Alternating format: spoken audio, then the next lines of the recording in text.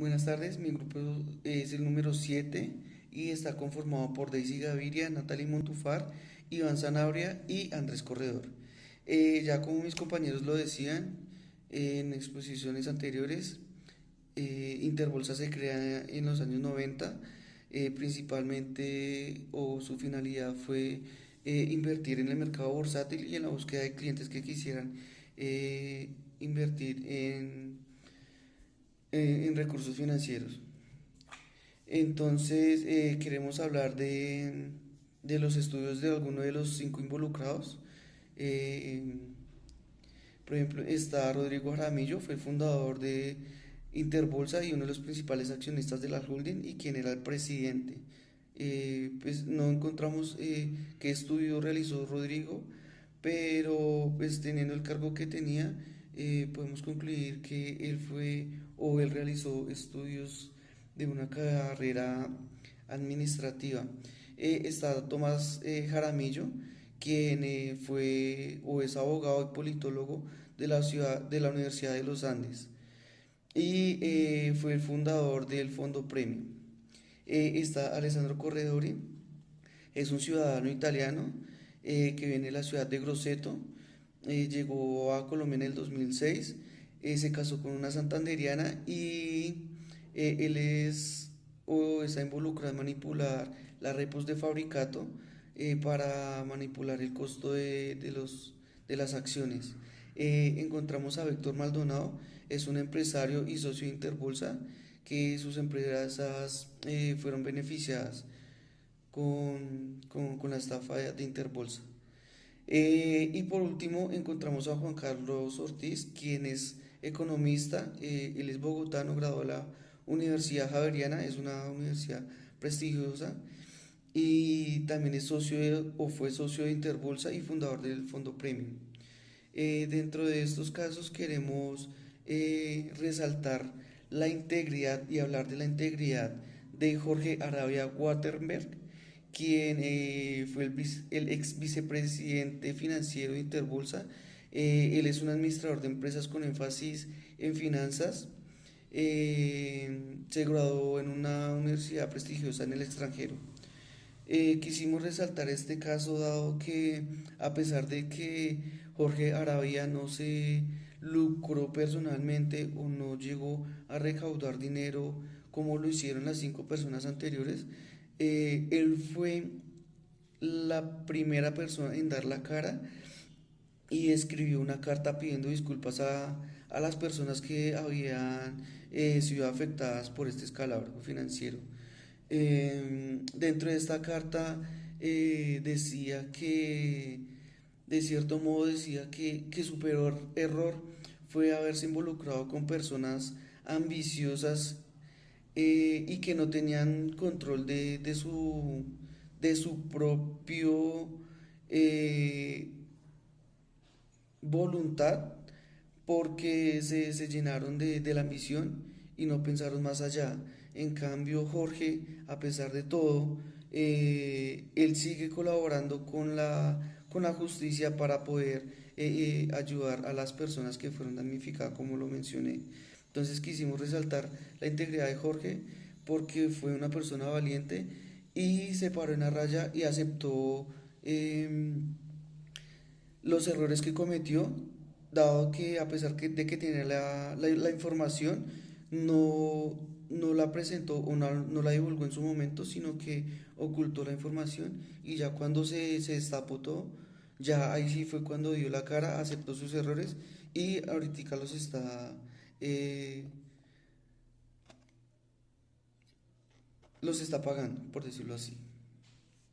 Tardes, profe, yo voy a hablar de las multas y las sanciones. Entonces, en las sanciones tenemos 40 para administrativos, representantes legales, empleados, revisores fiscales, inversionistas, y entre otros. En las multas, Alejandro Sainz recibió una multa de 173 millones de pesos, también la inhabilidad por 5 años para realizar funciones administrativas de dirección o control de entidades vigiladas por la superfinanciera. Eh, Bueno, recordemos que Alejandro Corriduri fue el cerebro del desfalco del fondo Premium y también la superfinanciera sancionó con dos multas, una de 250 y otra de 200 millones de pesos a la sociedad PIC Investment por realizar operaciones que afectan la formación de precios de la acción de Fabricato y manipular la liquidez. A Tomás Jaramillo pues fue condenado 7 años, casa por cárcel, y Rodrigo Jaramillo fue condenado a pagar 320 mil millones de pesos. Los delitos impugnados fueron manipulación fraudulenta, operaciones no autorizadas, administración desleal y concierto para delinquir. Bueno, recordemos que en el 2012 el gobierno ordenó el cierre de Interbolsa por un desfalco de deudas con el sistema bancario y por fraude y desvío de los fondos. Bueno, también les voy a hablar de la problemática en la sociedad y pues la estrategia. Entonces, pues no hubo justicia, pero sí impunidad porque pues no fueron condenados a tantos años, o sea, fue como son ladrones de cuello blanco, entonces pues no les pasó literalmente casi nada. La justicia no cumplió con su objetivo, pues que era castigarlos porque pues por todo lo que le hicieron a las víctimas, a todas las personas que invirtieron todos sus ahorros. Ni se les castigó, ni pues nada, o sea, no se les respondió. Y pues no repararon a las víctimas que perdieron pues todos sus ahorros. Y la estrategia, ¿cuál sería? Reforzar los mecanismos de regulación para las entidades y supervisión del tema de la bolsa de valores, como más que todo educación sobre las inversiones seguras. Pues también se debe tener como criterio autónomo también porque pues sabemos que uno no se puede hacer rico de la noche a la mañana y pues si esto sucede es porque algo raro está sucediendo detrás de lo que nos prometen. Buenas tardes. Bueno, vamos a hablar de las competencias y diligencia profesional. Bueno, de parte de estas 5 personas que estuvieron en esta empresa, pues involucradas en este caso Interbolsa, sinceramente se vio reflejado la falta de ética de estos personajes, ya que pues estas personas pasaron por debajo de los servicios profesionales que ellos estaban en ese tiempo, digamos que ofreciendo. Pisaron a los clientes, pisaron a los inversionistas y pues como les decía, pues les faltó ética en este sentido.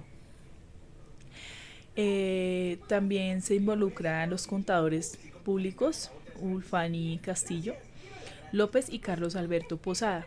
La señora es la revisora fiscal y el señor Carlos es el contador de esta misma empresa.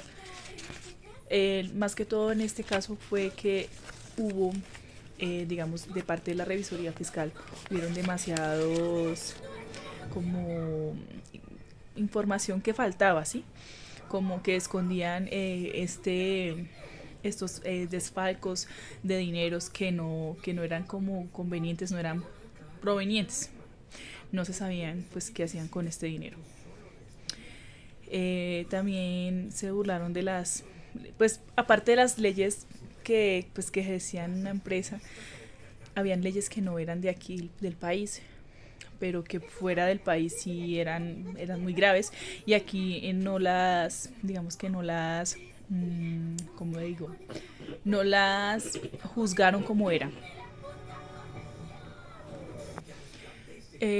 También estas personas fueron juzgadas también porque se vulneró el estatus ético de la profesión de ellos. Por eso pues también fueron juzgados por las faltas que tuvieron. Y creo que más que eso fue una ambición de ellos por el dinero, por ganar más. Entonces por eso pues, hubieron muchas cosas que pasaron en esta empresa. Bueno, como les hablaba del tema de revisoría fiscal, Bueno, las faltas que tuvieron ellos en ese sentido fue que no se registraron actos de reuniones de las asambleas ni juntas de socios, hubo eh, ocultamiento de la formación de comprobantes de cuentas de contratos. También no hubo información clara del funcionamiento interno de Interbolsa y el desarrollo de sus negocios. Hay un caso también de Juan Carlos Ortiz que dijo que fue despedido por... Este señor fue despedido, pues, como lo hemos hablado. Bueno, este señor, Juan Carlos Ortiz, ya venía con antecedentes de fraude, ¿sí? Y que la empresa aún así lo contrató sin importar, bueno, estos antecedentes, ¿sí? Buenas tardes, vamos a hablar del caso Interbolsa, no precisamente lo que sucedió o lo que ocurrió, porque finalmente ya es un caso que todos conocemos. Me voy a volver un poquito al año 1998, donde el presidente de la Bolsa de Valores de Bogotá, el señor Augusto Acosta Torres, expulsa a Juan Carlos Ortiz por los malos procedimientos que estaba presentando, por las mismas situaciones por las que hoy en día Interbolsa está siendo, fue investigado por la corrupción que hubo. Este funcionario, Augusto Acosta Torres, lo desvincula pues para evitar cualquier anomalía o presentar lo que finalmente sí se presentó con Interbolsa. En el año 2006, en el gobierno de Álvaro Uribe, fue nombrado, el señor Augusto Acosta Torres fue nombrado superintendente financiero. Como ente regulatorio, finalmente pues también regularía la Bolsa de Valores de Medellín, o ya la Bolsa de Valores de Colombia integrada como tal, pero para evitar que él siguiera con sus procesos de investigación, la corrupción que permeó este caso es tan grande, ya que Interbolsa pagó $1 millón a Juan Manuel Arango, que era el asesor de Uribe, en la presidencia, para que saliera de este cargo el señor Augusto Acosta Torres. Entonces es darnos cuenta que sí, finalmente hay muchas personas con ética, con valores, evitando que este tipo de corrupción crezca, pero también que ahí en el tema de la corrupción hay muchas personas con mucho dinero que pueden hacer y pueden manejar la situación al acomodo que ellos quieren. Eso por una parte. Por otra parte es ver que, bueno, entre la integración que había en Interbolsa estaban cuatro socios. También se encontraba Víctor Maldonado entre ellos, persona que nunca se declara culpable con el caso de Interbolsa, va 1 año a la cárcel. Pero hay algo que me causa mucha curiosidad personalmente, es que cuando hacen la expropiación de los bienes para poder pagarle a las personas que fueron estafadas en esta corrupción, a Juan Carlos Ortiz, al otro socio, solamente les encuentran 400 millones. Más a Víctor Maldonado le encontraron muchas más propiedades, le encontraron 2 empresas, le encontraron propiedades por mucho mayor valor.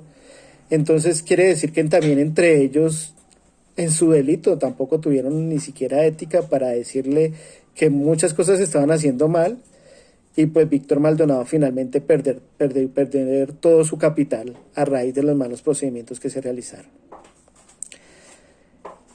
No hay ética, no hay valores, no se encuentra criterio de ninguna de las partes. Familiarmente tampoco. En el caso puntual, Juan Camilo Ortiz encuentra apoyo por su papá, que a pesar de que estaba haciendo malos procedimientos, lo direcciona, le da manejo, le indica qué debe hacer. Inclusive en su asesoría le indica que se vaya para la Bolsa de Medellín. En el caso social, pues vemos que socialmente muchas personas dejan y permiten que haya ese tipo de estafas, de que sigan creciendo con dineros ilícitos en muchas ocasiones. Acá todavía se están investigando ingresos de narcotráfico incluso. Y en el caso social, pues también podemos decir que nosotros, todos socialmente, muchas veces buscamos la forma de tener dinero de fácil y de rápido alcance sin de verdad mirar de dónde viene, cómo se ejecuta y qué repercusiones puede tener en el futuro. Muchas gracias.